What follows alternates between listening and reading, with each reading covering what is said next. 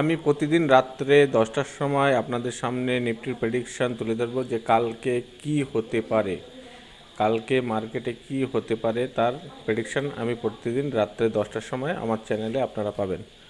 তাহলে দেখা যাক কালকে কি হতে পারে মার্কেটে। কালকে হতে পারে মার্কেট যদি গ্যাপ আপ হয় এবং ডের ক্লোজিংকে টেস্ট করে, তাহলে হালকা আপ ট্রেন্ড নিয়ে সাইডওয়েজ হয়ে মার্কেট ওপরে যেতে পারে। 1 নম্বর সিনারিও।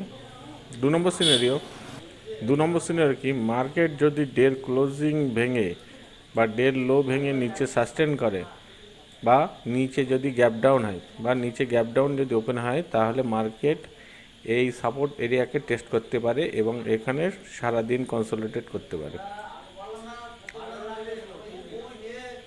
আর একটা কী হতে পারে, মার্কেট যদি এতটা গ্যাপ আপ হয় বা এতটা গ্যাপ আপ, তাহলে এই রেজিস্ট্যান্স এরিয়া ধরে ও সামান্য উপরে উঠতে পারে বা এখান থেকে ডাইরেক্ট ফল করে এখান থেকে সাপোর্ট নিয়ে আবার মার্কেট উপরে উঠতে